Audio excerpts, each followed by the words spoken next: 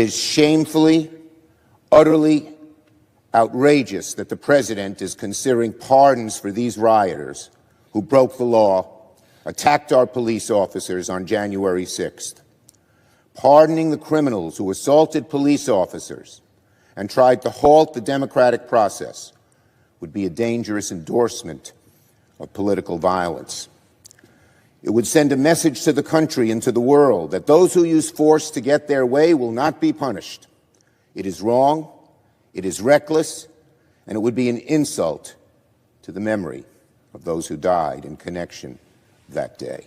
The FBI has provided the Trump Justice Department with details about the 5,000 FBI employees who worked on the January 6th cases. You heard me right. I said 5,000. Now, to put that in perspective, the number of people that the FBI has working on actual crime is 7. There are 38,000 total employees at the FBI, which means 13% of the entire FBI was working on January 6th cases. That's like dedicating an entire division to find out who took the last donut in the break room. If your agency can dedicate 5,000 people to a political witch hunt and still function, congratulations. You've officially admitted you're bloated beyond reason. In other news, the private sector is about to get an onslaught of new Starbucks baristas with federal surveillance experience. Also today in D.C., Nancy Pelosi got off her broomstick just in time for a photo op. Look at this. She's putting out pictures of the National Guard sleeping in the Capitol, but she's taking pictures with them also outside the Capitol. What is she so afraid of? Why does she feel the need that she's got to be surrounded by the National Guard? Is it because possibly what went down in the Capitol last week when Jim Hoft reported that patriots had been inside of Nancy Pelosi's office, but more importantly, laptops went missing, and Steel Truth reported on that several times. We've ran video where it looked like military intelligence folks, people that looked like Antifa, but exclaimed to the reporter who was there filming that they were not there to be Antifa, and they were leaving the building with what looked like hard drives and laptops. Is that what she's absolutely afraid of? We also, there's the video. Thank you, producer Liz, for digging that up. These two gentlemen were seen being accused of being Antifa by patriots that were in the Capitol that day, watching what was going on. But instead, they told the person who was filming this, we're not here to be Antifa. In fact, they leaned in, I'm told, into that photographer's ear to say, we're not here to be Antifa today.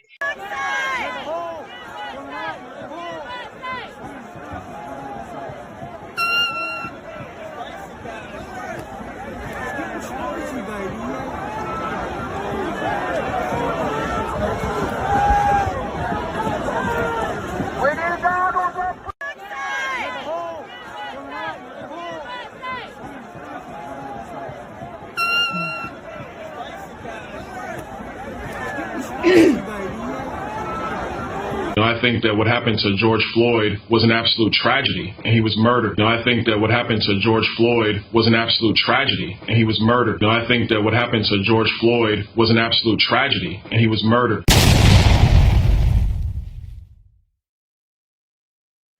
Good afternoon, everyone. I'm Ann Vandersteel, and this is Steel News Live. Today's show isn't going to be comfortable. Probably not even going to be easy. But as you know, I've been delivering the truth for a while, and it rarely is easy to deliver, although I have to say I enjoy dishing out the pain points here. At 1 o'clock today, we're going to be going into this massive story that's all about January 6th, but it's much bigger than January 6th, because I'm sitting here in Florida, and this is about loyalty.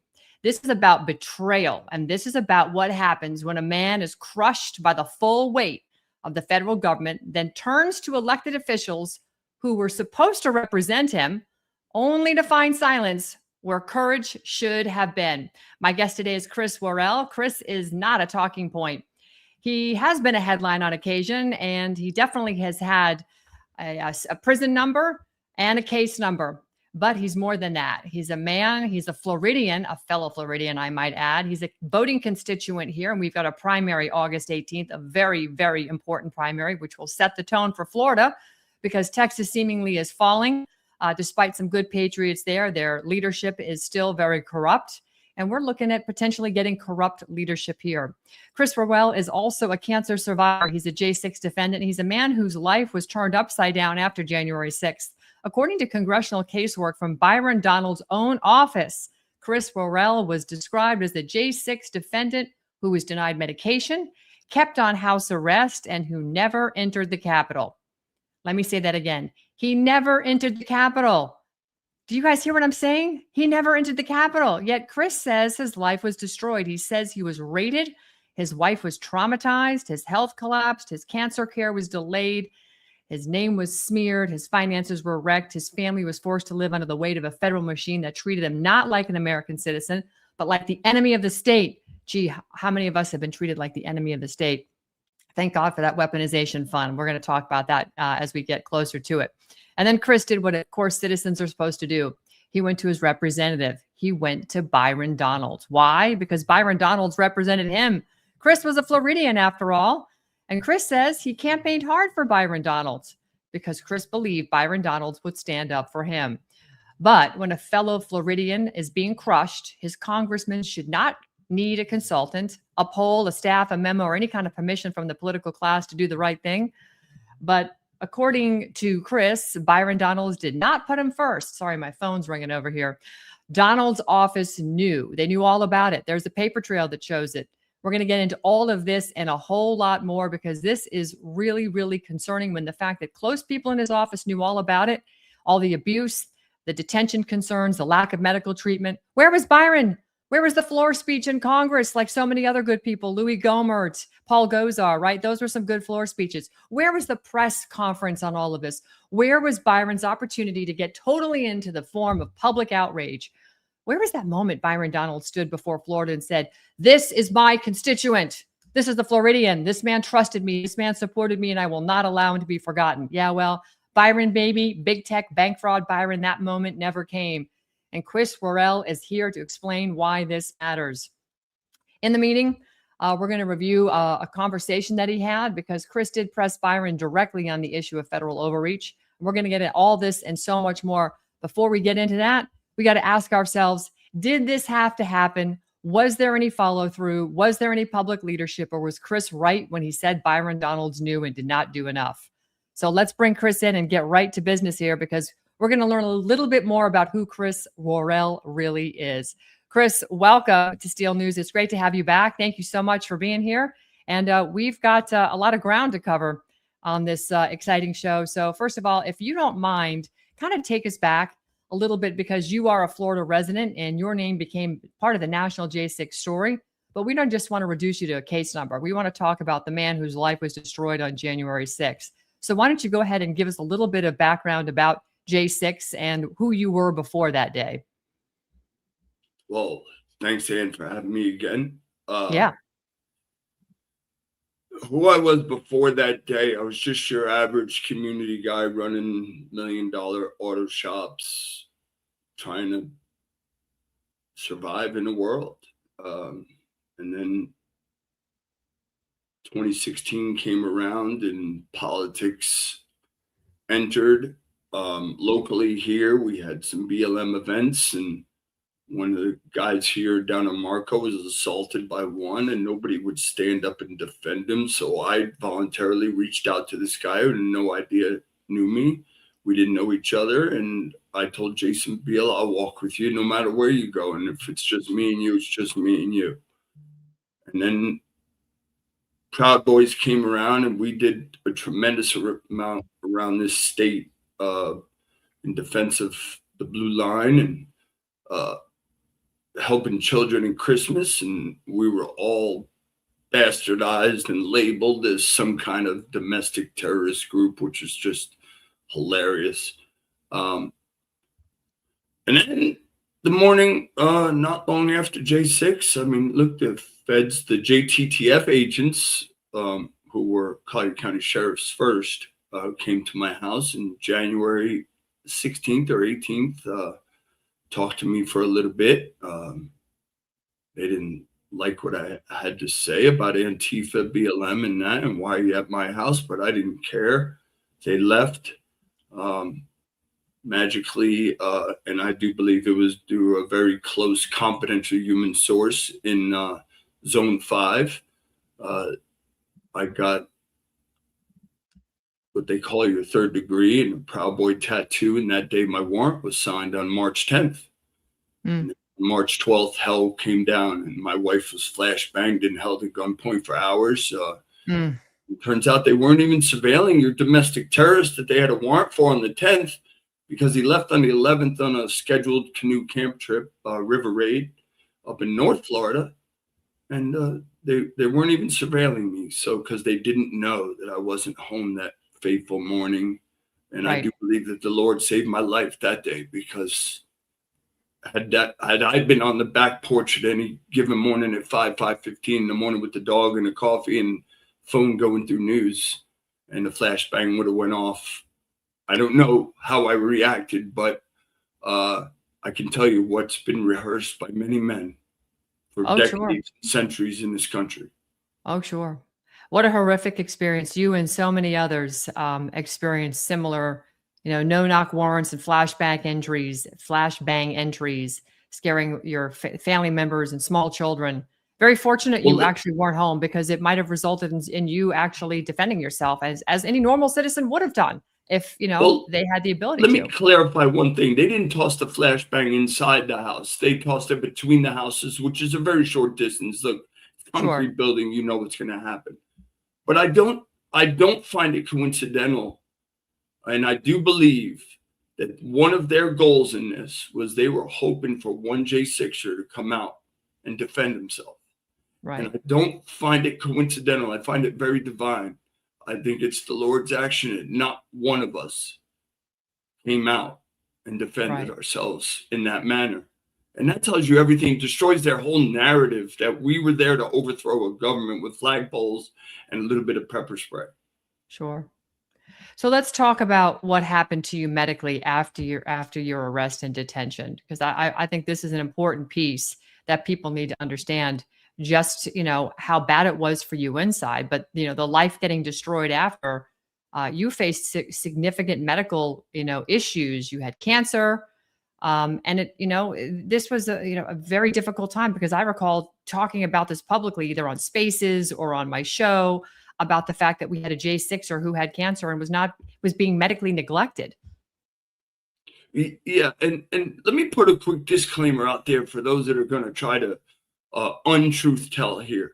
Right. Every single thing I say today is backed by clear evidence, many of which Ms. Vandersteel here has seen.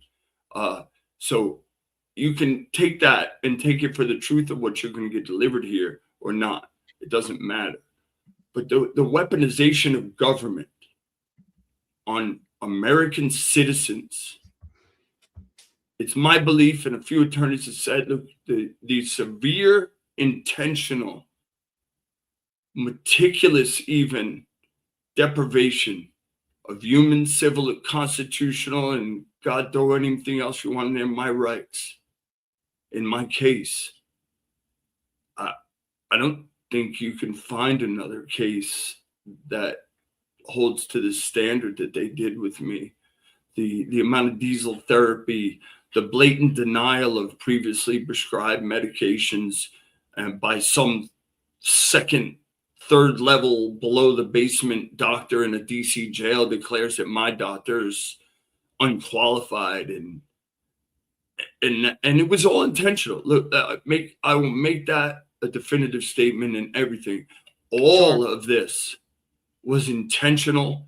It is bordered on the lines of attempted murder with conspiracy. What they didn't want, they were hoping for, and my belief in DC Gulag was the amount of stabbings and deaths that happened in that building regularly was a known fact. Yeah. And the fact that they tried to subtly murder multiple of us, not just me, Lonnie Kaufman, we watched his hands go from purple fingertips up middle into his forearm, and they did nothing for it. But they locked us down when we started screaming and yelling for him. I mean, I'm not the only one that faced this weaponization, but No. mine has the documentation to back every single J6er up. And this is what I want to get to, because you met with Byron Donalds' office, and they were very aware of your cancer-related medical concerns, the Bureau of Prison concerns, all the transfer issues that Daily. you incurred, as well as all the urgent requests for attention. What was happening behind the scenes when you were meeting with Byron Donalds' office? Because I think that, you know, people need to understand that you were engaged in the process of reaching out to your dutifully elected congressional representative, for which you campaigned heavily. Byron knew who you were. Right. And so just kind of walk us through that process a little bit. Yeah. So for those that know, like, I'm not in your typical unknown constituent only by name. Me and Byron, we had a relationship. I campaigned for him back I stopped a crazy lunatic woman from driving through his crowded seat the table at one of his events. When I was home on Ankle Mart, we went to the same church here in Naples. We were known. We knew each other. His crony buddy there, Larry, knows me. Like, I'm known in this community. Probably because I'm loud mostly, but you know, you get what you get. So the fact that I sat down with Byron multiple times throughout 22, 23, when I was home on ankle monitor, talked with him. I had constant communication with Mercedes Price Harry, his deputy director, either by phone or by emails from jails. My wife, like, he had consistent, daily, many times evidence of everything happening to me. And if it wasn't for Mercedes, none of this would have ever came to any light. She did 98% of the work. He did nothing. He did not lead. He sat. And he told me right to my face finally in June of 25 at a very public meeting, the Naples Grand at the bar area during a law enforcement convention. There was nothing he could do. It brought up to him the fact that I believe it was Louis Gohmert and Paul Gosar both mentioned my name in the summer of 21. I knew that I was being tortured, but the man that I campaigned for, that I saved lives at his event, all that went to hell. It was politics first. Did you believe he actually cared? And did you actually believe Byron Donalds, you know, comprehended what had happened to you and other J6ers? Oh, let me make it. He 1,000,000% comprehended everything. He knows it. So he can't come out from underneath that rock. I didn't know this. Yes, you did, Byron. And I challenge you to a public debate on this subject anywhere, anytime. You'll never debate. So he knew and was well aware. He chose to do nothing. When did you first begin to think Byron Donalds was not going to fight for you? When I had to sadly get his attention at church after church was over, and I would go up to him and tap him on the shoulder. Hey, Byron, how's it going? And the blank stare and the deer in the headlights look like crap. I'm stuck. It was clear in his eye. Look, the eyes of men and women tell all the truth you need to know if you know how to read. Mm-hmm. And we've unfortunately got a crash course in how to read. And it's the 3% has turned into the 1% of the 1% of the 1%. That's what's left to stand for this country. Okay. So let's walk through what it was like when you sat down with Byron Donalds. Let's set the scene. What did you hope for happen? What did you first tell him? In other words, when you walked in there, what was the most pressing point in your mind that you needed to convey to Byron Donalds, that when you left, you felt confident he fully comprehended that and that he was going to take action?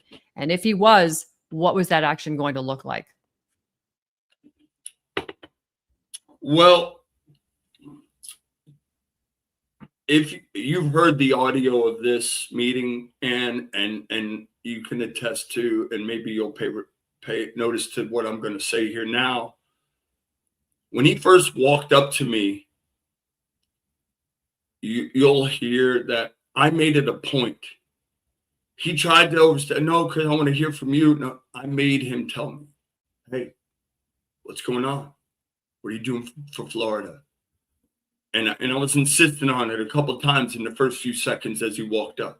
I insisted he tell me what he was going to do. And he very predictably said nothing about anything related to J6, weaponization, Fedsurrection, nothing. So I gave him the microphone right off the bat. Okay. And he told me exactly what I knew I was coming in there for. A big nothing burger. So early in this meeting, and I did listen to the audio, you actually raised the issue of Collier County, the JTTF, and a local deputy who was allegedly involved in your case. Why was that important to bring to his attention? I have a problem constitutionally with the fact that we had a normal situation in this state and many others, that we had, in this instance, sheriffs, deputy sheriffs, working as sheriffs for better than 20 years in this case. Alex Grandy, who then became part of a JTTF, Joint Terrorism Task Force. Ladies and gentlemen, that's absolutely FBI. And acknowledged so by one of the under sheriffs and others and one of the chiefs that I have a relationship with here. But what I find strikingly odd is the fact that they admitted to me that they have no idea what he was doing during this block of time where he's with the JTTF. And I brought up this fact. Shouldn't a local sheriff know what happens in his own county when federal agents come for a citizen? I mean, isn't that a constitutional issue? Well, we're not even there yet. Let's get to the fact that they didn't even know what their deputy was doing or nothing while he's collecting a paycheck from the sheriff's department and the JTTF, but he's Collier County first. They have zero records, nothing. They don't know anything. They can't tell me anything. Zero accountability through the Collier County Sheriff's Department for this JTTF agent. Then you have the fact that he came to my house as a FBI agent. I have his card. Interviewed me. Had no probable cause. Other for anything. Okay, come talk to me. There's your probable cause. Great. You knocked on my door. I told you I'm not going to let you inside. We talked outside. You had nothing. You still have nothing. You convicted me on a picture. Not one piece of video evidence you have, but yet those same people on March 12th took my body cam into custody, and they want you to believe I wore that for show and that there wasn't 7 hours, 26 minutes, and 32 seconds of continuous footage on that body cam. Why did they delete it? Why did they vaporize it? Why did my attorney never go to the FBI as promised multiple times and go try to figure any of that out? Why was it never presented in court as I asked? So Byron Donalds actually said, I mean, these are great questions. And before I go to mine, I'm going to pull this over to Kashif Hussein, who's in LinkedIn, and he's asking this question. He says, is the FBI protecting national security or protecting the political establishment? Why has public trust in the FBI declined despite its expanding powers? The deep state is deep. That's why. That's right. The FBI is the unconstitutional organization. It was never chartered properly. It is not even required in our Constitution, but it is really the Gestapo for Congress to run around and make sure that nobody gets held accountable. They protect the criminals is what it looks like, with an occasional show arrest to make it look like they're doing something. That's right. Yeah. And so that was the point of these raids, where they pulled up 20 to 30 armed men, park a Bearcat outside your front door as close as they can get it. Flashbang your wife. Right. What is that show for? That's not a show of justice. That is a show to tell your neighbors and the surrounding area, hey, go ahead. We dare you. Yeah, that's exactly what it is. That is 100% And they what tried it is. to murder me multiple times through DC jail mistreatment, through the BOP. And I stand on this conviction. I will die for this country. And I mean that in a literal sense. You can come, the only way you're going to quiet me down is to take me out. Yeah. You tried a few times. You failed. Let me make this clear. Byron Donalds is complicit in the attempted murder of me. That's right. Because he did nothing. That's right. I challenge anybody to that legal argument. I don't see how anybody can try to circumvent that legal argument, because Byron Donalds was very clear in that audio tape. He said he needed to understand the agreement between agencies, the command structure, and the accountability structure. That was a weird thing to say, right? Did that sound like leadership to you, or did it sound like some kind of delay and sounds like somebody was just throwing anything at the wall to make it sound fancy, like he knew what he was talking about, so he could just, basically circumnavigate or circumvent this entire issue and not deal with it at all? He doesn't need to understand anything except read this book. But he won't. And that's 98% of our Congress, senators, right. Everyone in charge. They're elected representatives. People make them represent. And until we, the people, do it, they're not going to do it. Right. Sorry for my anger. No. Look, it's quite all right. That meeting actually has, the meeting basically created an action item for Byron Donalds, right? He was supposed to clarify the FBI JTTF protocols. He was going to contact Kash Patel and Dan Bongino, and he was going to document the chain of command. Did you ever see any follow through from Byron Donalds? He had no intention of following through on anything. Maybe he had a minion do a few things. I never saw those results. Because did he ever come back to you with any concrete answers at all? He doesn't want to talk to me. Never had any intention of talking to me after that day in June. Does he ever publicly raise your name? Never brings up J6, except now he's grifting. Oh, I support Donald Trump in this 1.776 billion. Sit your ass down. Yeah, right. When did you feel, when did you actually feel, or what did you actually feel when you left that meeting that day? Did you feel like you could trust Byron Donalds more or less, or what?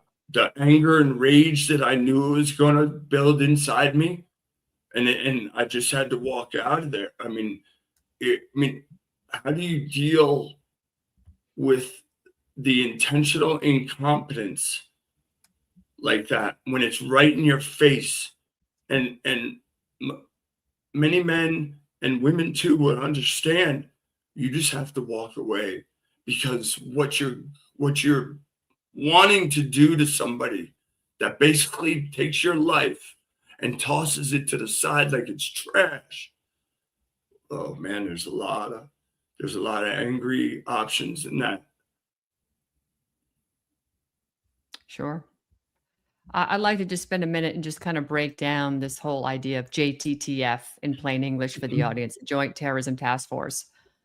Why should every Florida voter care about local deputies embedded in a federal task force, particularly if Byron Donalds was supposed to look into it and come back to you with some level of accountability? Why should we care? I'll tell you why you should care, because your constitutional rights will be trampled on. And it's not if, it's when they're coming back. They will come back for people like me. All the J6ers are on the top of the list. They've added ICE agents. They tell you on the microphone, ladies and gentlemen, believe these people when they tell you they're going to come. We can't maintain control forever. Mostly because it's the less than 1% of the 1% of the 1%. Right. Nobody's willing to sacrifice anything for this country.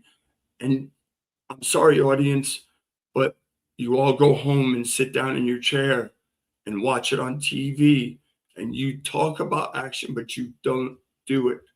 And that's why people like me have paid this price. And we hope we paid the last price. Sure. So, you have compared, the JTTF, and you've argued that when a sheriff's deputy joins a federal task force, he's still a local deputy first. But you also compare that to sort of that of military service. And even in a joint operation, you still belong to your branch first. So why is that analogy so important? Well, you took an oath. Your oath is to honor the Constitution of the United States first. If you're doing one single thing that goes against the rule of law in this country, the United States Constitution, it is your duty at any level to not perform and to tell about it. Okay. That's the oath you take, whether it's a badge, a military uniform, whatever it is. That's your first duty. All right. I'd like to move over to Byron Donalds' office. There was separate staff, a lady by the name of Mercedes, who worked for Byron Donalds in his office. Mercedes Price Harry was her name. She worked as his deputy district director. And there's documents that I'll put up on the screen here in a second that show that she communicated about your case, DOJ letters, medical issues, and Bureau of Prison concerns. But Yes. her work, frankly, according to you, only underscores Byron's failure to personally lead. So I'm going to put up here on the stage what one of her this is an email thread. Let me see if I can make it bigger so we can all see it here. But in her email thread, sorry, I just want to get to it exactly. In her email thread, she actually recognizes all of the grievances you've had. Why don't you walk us through what her email thread is, kind of covering? Well, I mean, it's probably, I can't really see it from my end, thanks to being almost 55. But I can already tell you, it's everything I've told you about, from the day they came to the house and raided, to the court actions by the Antichrist Chief Judge Howell at the time, her ignoring my doctor's notes and affidavits stating I needed immediate medical help early on in 21, all the way through Judge Lamberth, the contempt hearing on the DC jail, the DC DOC director, Quincy Booth, the warden, Wanda Patton. It was referred to the DOJ. Of course, Merrick Garland wasn't going to do anything about it. We knew that, but it's on the record. I'm sure it encompasses all that, including my mistreatment, intentional mistreatment in the FMC, the Federal Medical Center at Butler, North Carolina. Look, I was on the cancer floor for 1 week short of 6 months. Mm-hmm. And it finally came to a head where one officer had threatened me for not being able to go to work because I was hurting. I was running a full-time job in a kitchen and then a part-time job on suicide watch, which is like the toppest prestigious job you can get in the BOP. Right. And I called out my supervisor in the kitchen wouldn't let me work because of my obvious physical condition. He looked at me, and then I called into work to miss out at 6:00 p.m. at 11 in the morning. That officer went on a tirade to my 4th floor and everything, telling me I'm faking it, the whole 9 yards. He's going to write me up. I start writing grievances now, and immediately they booted me down the road to the low, like, right, without any notice. Right. But you did nothing for me for 6 months. The oncologist put in my medical records. I think it was the 4th day I was there, which I got there on a Friday. And let's make sure I come back to that and how I got there. On a Tuesday, the oncologist puts in my medical records, my cancer's in remission. Well, holy cow, the Lord himself must have came down, because he had a divine prognosis for me with no testing. Or it was a lie. Which one was it, ladies and gentlemen? It's obvious. They never did nothing. Right. So it's, from the correspondence that I've, putting up on the screen here, it shows that Mercedes Price Harry was actively involved going back to 2023. She was very involved in your case. And it started before that. She had been Right. to my house a few times while I was under, house arrest. Right. And so we're not new to each other either. So this really did culminate right after I got home in 21. And Right. but her communications, I understand, is current 23, 24. The congressional casework here in this document, this email, Chris, it shows that she was writing about your situation. It looks like all your medical issues. And she put forth efforts to get a lot of attention on the J6 detainee abuse. So Yes. from where you're sitting, going through this paperwork, all of these emails for which Byron Donalds, had a couple of comments, one in February of 2023, what is the process for a congressional stay? And then eventually he just said, we need to write a letter to the DOJ. What does this paper trail prove to you? Did Byron Donalds ever match Mercedes' urgency publicly? I bet he only knew of maybe 10% of it. Because I will say this, and I'll say it to his face again, his little minion Jesse was the gatekeeper. We know, and I know, and I made this aware And I in my see that right interview. here on January 20th. Megan has waiting for Jesse to speak with Megan. He spoke with Byron Donalds, and they are devising a plan. Not sure what Megan will say. I made it very clear in that meeting on audio. You heard it, Jesse. You were the gatekeeper. I had other people in that office, and I made this aware to them in multiple meetings. Mercedes was not my only contact. I had a couple other people in his other offices that were telling me stuff, and it never could get past Jesse. He was the gatekeeper. And Jesse, what does Jesse do for Byron Donalds' office? He's his number one, right above Mercedes. Mercedes is his number two, his deputy. I don't know what you label the guy. Coward. That's what I label him. Coward, garbage. So traitor. I'm looking at this email right here, February 24th, where Mercedes writes a long email and she sends it to Chris Plow, and in the House. And she says, bear with me here and let me know if you choose not to include any of this, but it is important to note that jail conditions, private or not, why is our DOJ using this facility even when Judge Lambreth scorned them for the conditions, yet no attempts to fix it? And again, we had members of Congress go to the DC gulags to try and advocate and were turned away. Right after I left out of there. Right. Right after my November 4th hearing. Correct. And Mercedes goes on to say, Judge Tim Kelly is a partisan, biased judge with some concerning associations and a Trump-hating deranged warden to boot.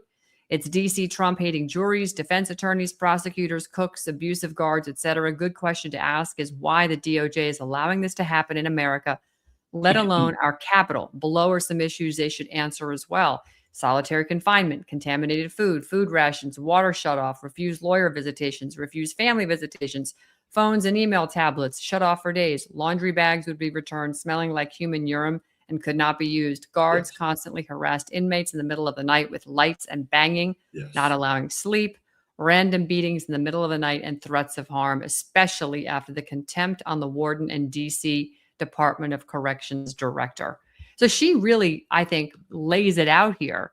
And I'm wondering, did you ever see Byron Donalds use any of this information on his platform the way Louis Gohmert and Paul Gosar use theirs for J6 detainees?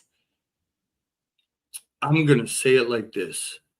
Have you ever seen a Democrat fight for the constitutional rights of any of their constituents? Because that's what Byron Donalds is. He's a Democrat from New York, ladies and gentlemen. He came from the ghettos up there in the district. I'm from Eastern Long Island. I know a little bit about the early day Byron Donalds. So he's one of the coincidental group in large basket. Imagine how many people all of a sudden magically became Republicans in around 2010. Right. And if y'all think that that's just coincidence and that they're just here to be constitutionalists and fight for you, it's 100% a lie. Yeah. It's funny how that works out. So I guess this isn't an issue with Mercedes, but judging by what I see No, in these emails. Is it an she issue with deserves Byron a Foley? trophy. She deserves a trophy, an award, a medal, something for everything she did for me. She does.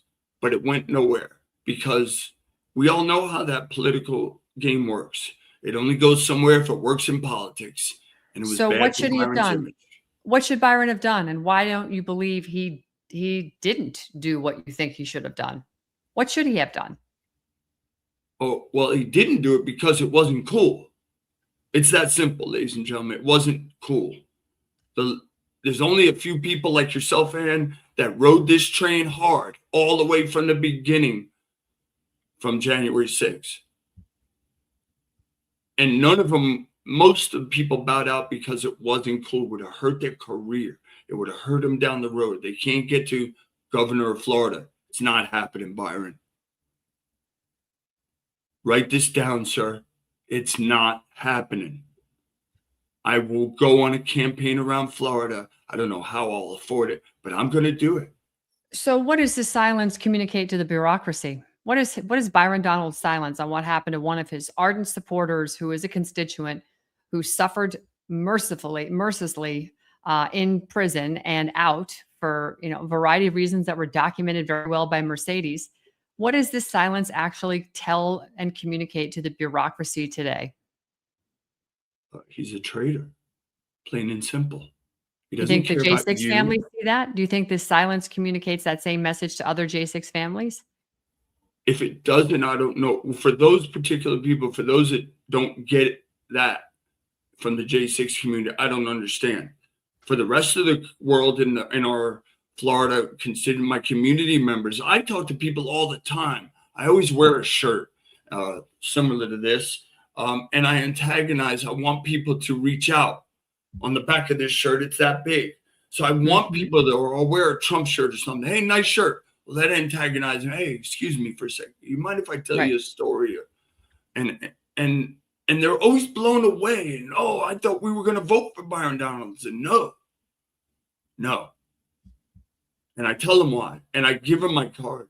And I say, if you want evidence, I'll give it to you. And for the independent that just put up the stupid leftist comment, you're going to vote Republicans out. Your boat sank a long time ago. Remember, we moved you to the gutter. Your movement has been moved to the gutter, ladies. You leftist retards. Go back to the gutter, grab your nursing home people, and go crawl out there.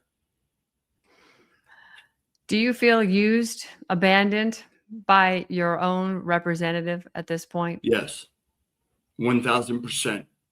By all of them, because he's not the only one that I reached out to.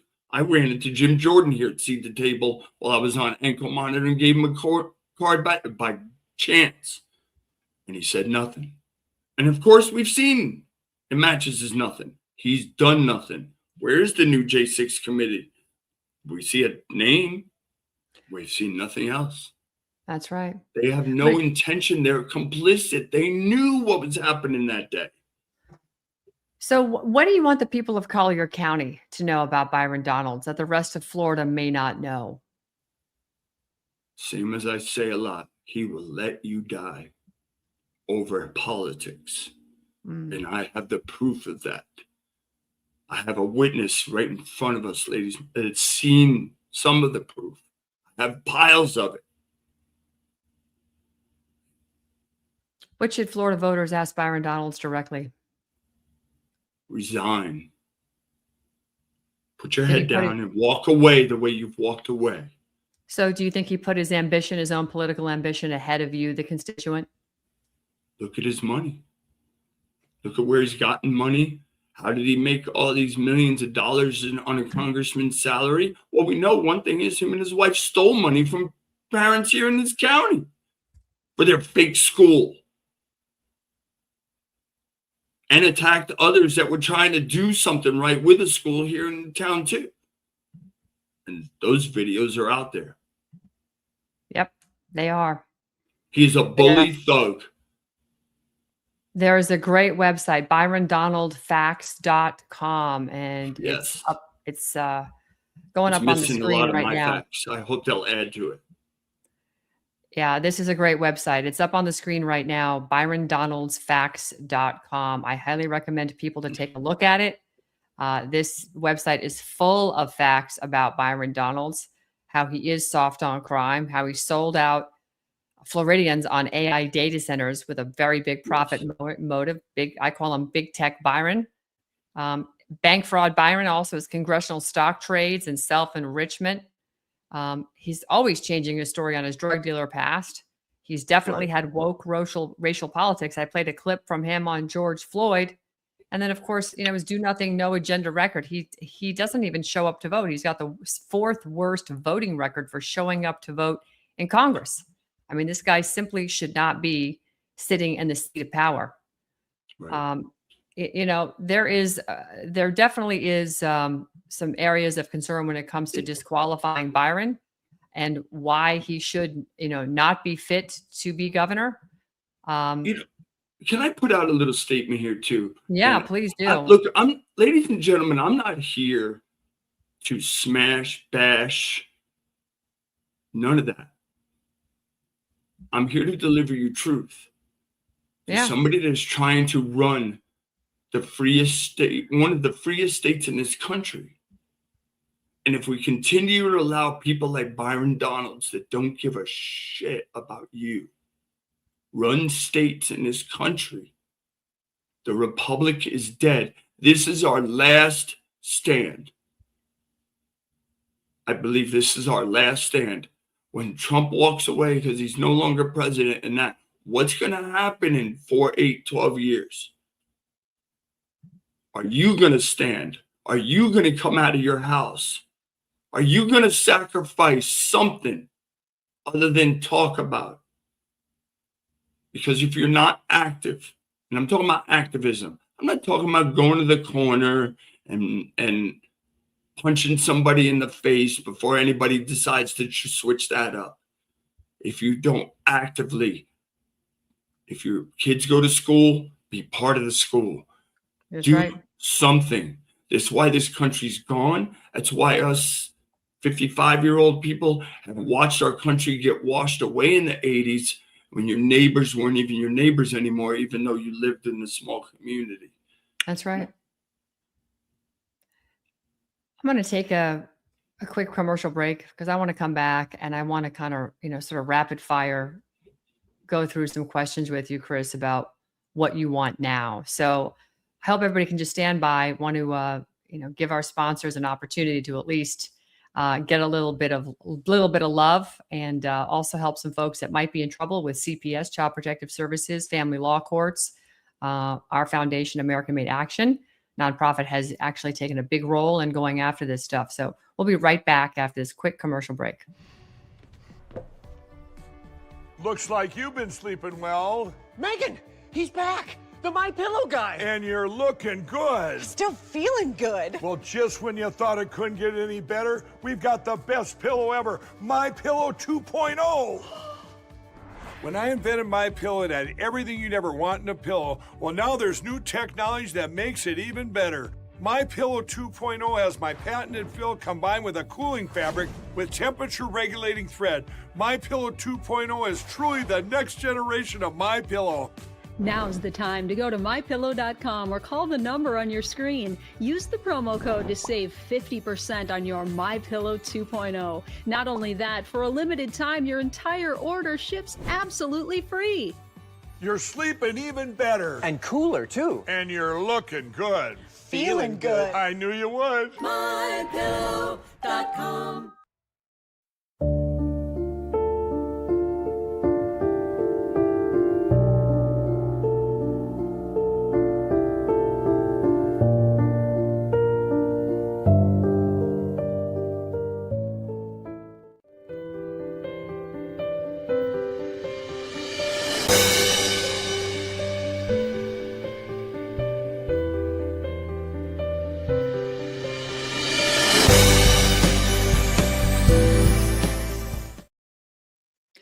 And welcome back. We've been sitting here talking with Chris Worrell, a J6er, who has a lot to say about Byron Donalds, who's running to be the next governor of Florida. But what we've learned is Byron Donalds, who had extensive conversations with Chris Worrell, as well as Chris speaking with his top brass in his office and emails documented that we've shown earlier in the program. If Byron would not publicly fight for Chris Worrell, a fellow Floridian, his own constituent, a man who supported him and campaigned for him, then Florida voters have every right to ask whether Byron Donalds can be trusted with the power of the governor's office. And, despite the fact that there's been serious concerns and pain and feelings of abandonment, I'd like to get back with Chris now and find out what Chris wants now. So joining me back to finish this conversation is Chris Worrell. Chris, thanks for being here. I want to go away from the accusation stuff where we've kind of laid it out, and I want to get into the remedy. What do you want Byron Donalds to do now? Resign. Is that all he can do to make this right? Just resign? Oh, he can't make anything he wronged right. There's nothing he can do. Go back to the rock in which you came from under. Okay. What about Florida lawmakers? What do you want them to do? Hold him responsible. I hear these things of immunity, et cetera, but I don't understand immunity when you're complicit in the you're willfully complicit in ignoring your constituents' deprivation of life. And that deprivation of life doesn't even come close to the explanation. Should Florida investigate J6 related raids involving Florida local officers? Yeah, I mean, look, it's my belief and proof of, because they won't give me anything to dispute. They violated the Extradition Act. There are rules there. You're supposed to go before a jurisdictional judge. They make this, he said, well, we took you to Tampa to see, or to Fort Myers and before a Tampa judge on Zoom. But the rules are specific. The governor should have been aware. I have the right to waive my right to extradition, giving them power to take me. Or Right. the governor can oversign that if I refuse to. That didn't happen. But I was diesel therapy pre-trial, ladies and gentlemen, on the premise of a picture, and given diesel therapy across this country, across the country. Should Florida audit these joint terrorism task force agreements that we have, that where our local sheriffs can get involved and they sort of retire the badge and the hat and they become part of the federal apparatus? Should we fully audit this? Well, from my understanding, I think it needs to be done legally in some legal way. But it's my understanding, and I've gotten this from multiple people in Collier County Sheriff's Office, the JTTF agent thing to Florida is at least 98% gone. I know in our county it's alleged, and I've seen enough evidence to believe it's true. They all walked away. And let me make a point too. Isn't it funny how I made it known on all my jail phone calls, I'm coming for Alex Grandy's badge. And isn't it funny, right after the election, he retired. So now I want his pension. And I made this clear. The man doesn't deserve a penny. He trampled on American citizens because he was told to. It may be his number one excuse, which bears no legal reference. There's nothing. You followed unjust orders. So should Florida create a state level protection protocol when federal agencies target Floridian or Florida residents? But yeah, I mean, I even proposed that question to Byron Donalds at our meeting last June and said to us, and he agreed with me that there should have been oversight. There needs to be, hey, the feds are knocking on the border of Florida. Here, Mr. Governor, here's what we're planning on doing. What are you going to do to help us? But yet nothing. There's none of that. But yet nothing. You got nothing like that. No leadership out of Byron Donalds to actually follow through with points and perspectives that he was taking. So tell me, what does justice ultimately look like for you personally, and what does it look like for the broader J6 community? Justice, I believe, I can speak for a bunch of J6ers in that this weaponized government needs to be held accountable. They raided unborn children were or have died. People have committed suicide. Bart Shively died from the same cancer I had due to the neglect. A decorated Marine, by the way. So what shouldn't happen? They shouldn't walk away from this unscathed. That's what shouldn't happen. They need to be put in the same jails and the cells we were in. But first, they got to fix the jail, because otherwise they're going to get treated like kings. And just like your guy that just was put in D.C. jail, and allegedly he's in, his lawyers complaining about being in solitary confinement. They don't have a clue. Incredible. I want to pull one thing out that you sent me. Dozens of threats came up under the United States Postal Service. And you posted this on X back in May of this year. Actually, it was today. That was today's post. Yeah, but I've posted this before. Yeah. So walk us through this, because, what you're showing here, and I'll blow this up here in a second, but what you're showing here is the fact that Secret Service now, per you, has been made aware of threats to the president.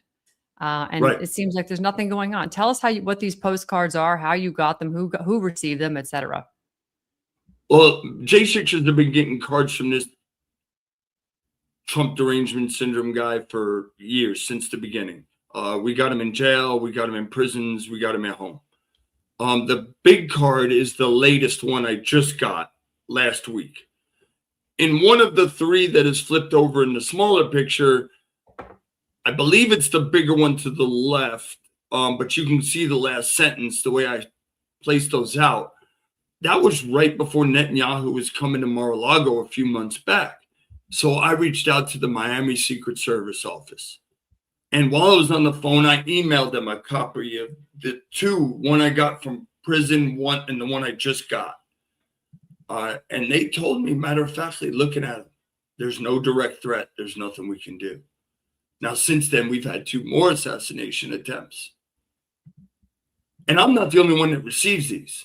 Mm-hmm. So if you want to play the premise that the leftists tried to do with gun control, and I hate the argument, but they put the shoe out, so I'll try to put it on here. They've got some deranged retard out there calling for people to Second Amendment Donald Trump, while there's assassination attempts to Second Amendment Donald Trump. Mm-hmm. So you don't act on that, because I bet if I made a crazy X account right now with some unknown name and I put 8647 today on it, right, I bet they find out who I am. Oh, I'm sure they would. I'm sure they would.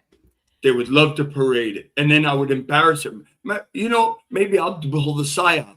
I'm saying it live on channel here. We know they don't listen to everything. I'll do the psyop. Let's see if it happens. So I can embarrass them with the fact that I put it out there and said this is what you would do to a right-wing guy.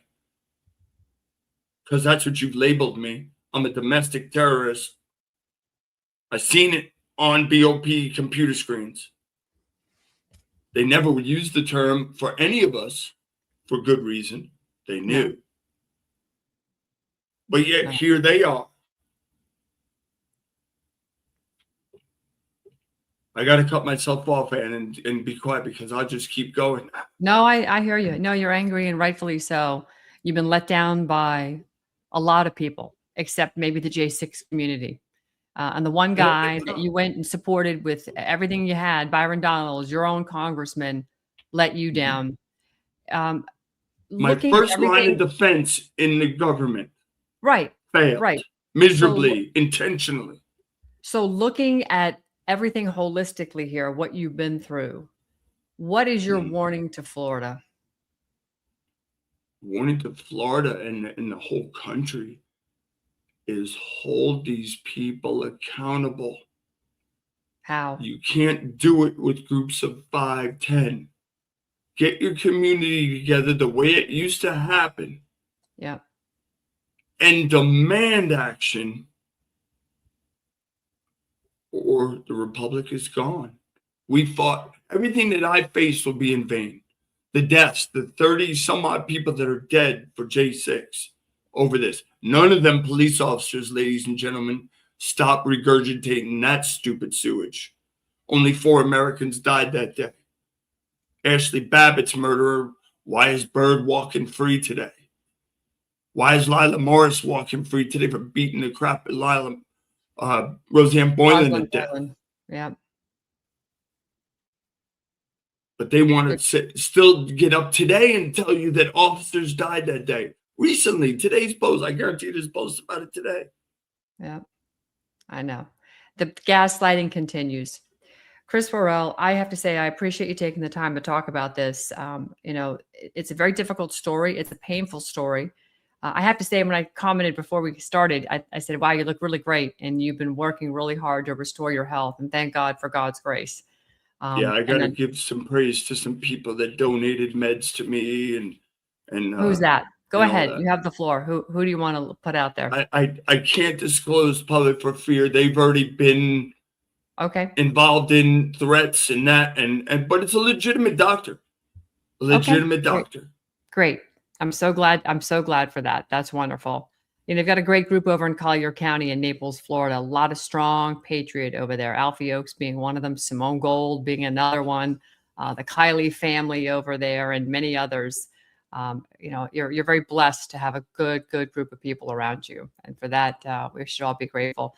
I appreciate you taking the time because what you went through is horrific. What all the J6ers went through. You and I sat on that Zoom call with Peter Tickton and Mark the other day. Another traitor. He wants in now because now there's money maybe. Oh, let me get back in. My health is cured.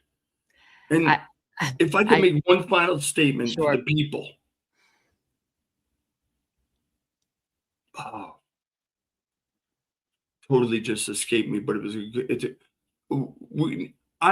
J6ers need our communities to pick up the torch and carry this message of weaponization. Yeah, I can do it all day and I'll do it all day and night. But it doesn't carry weight other than when strangers, community members carry these torches and demand that this cannot happen for fear for your family's life. And that's not an embellishment. Please carry the J6 torch. All right. We're going to let you close that there. Chris Worrell, thank you so much. Please give my wife your best. God bless you.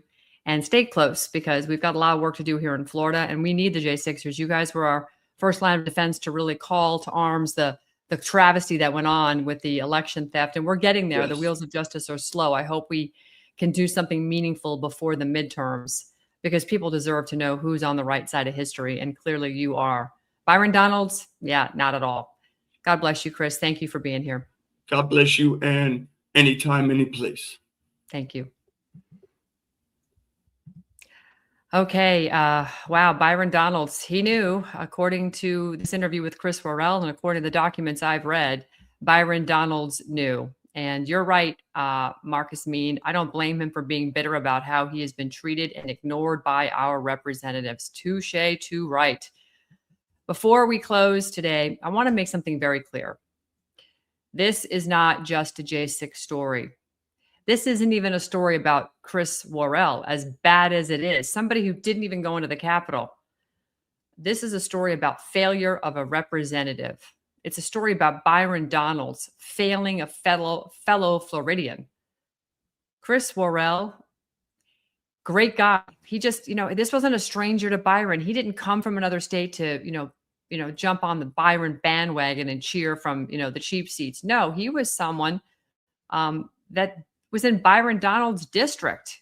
He was a real constituent. He is a Floridian. He's a guy who believed in Byron. He supported Byron Donalds and campaigned hard for Byron Donalds. This is what you do when you believe in a representative that's going to do the work for you. In other words, they still work for us, but we're helping them get there. That's what you do, right? It's mutual. It's symbiotic. But when Chris Worrell needed Byron Donalds most, Byron didn't put him first. That's the bottom line here, folks. Chris was fighting for his life. He was dealing with cancer. He was dealing with federal prosecution. He was dealing with prison medical neglect. He was dealing with the aftermath of J6, the raid on his house, the trauma to his wife, the collapse of his livelihood, the destruction of his good name.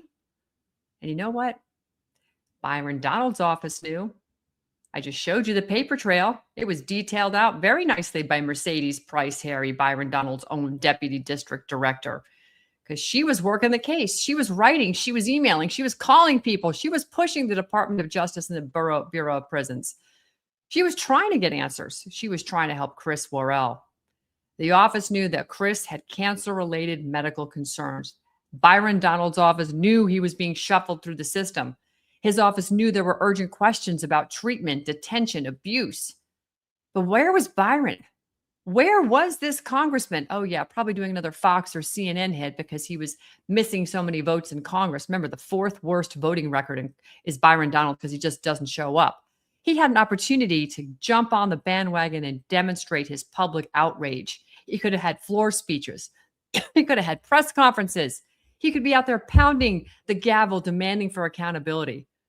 There was never that moment when Byron Donalds could have stood before Floridians and said, "This is my constituent.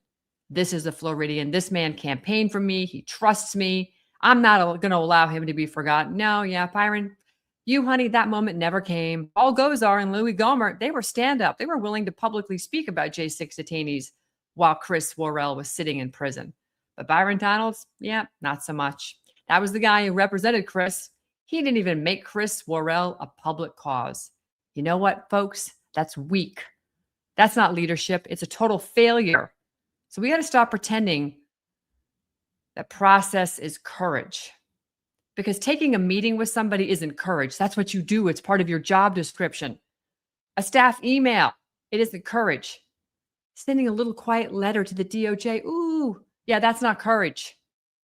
A promise to look into it, nah, that's not courage either. Courage is when you stand up when it costs you something, when it costs you everything, like these J6ers.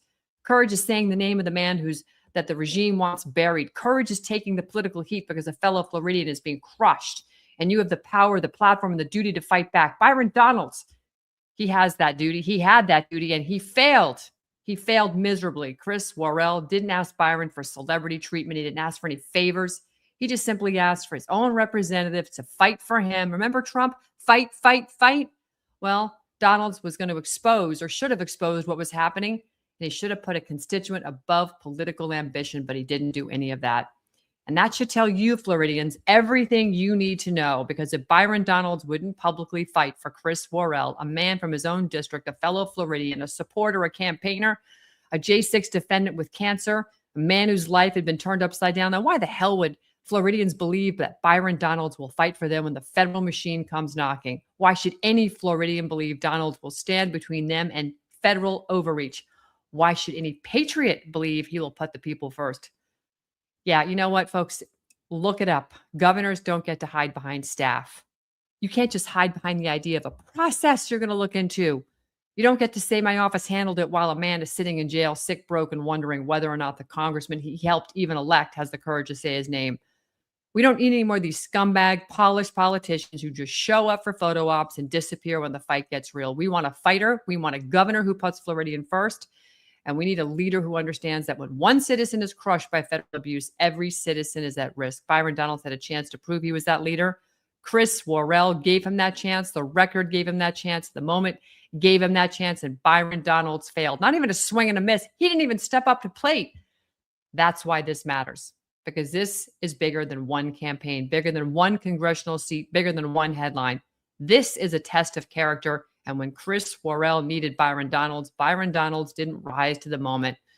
When a constituent who campaigned for him needed a champion, he didn't show up. That is totally disqualifying. Byron Donalds is not fit to be governor of Florida. A man who will not fight for his own constituent in a crisis cannot be trusted to fight for an entire state.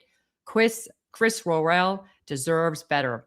Florida deserves better. And every voter in the state should ask Byron Donalds one simple question. You knew, Byron. Why didn't you fight? All right, that concludes my rant. It is 2:11. Want to say good afternoon to everybody. I'm Ann Vandersteel with Steel News. As always, stay vigilant, stay prayerful, stay bold, and never stop demanding the truth. You guys have a great, great afternoon.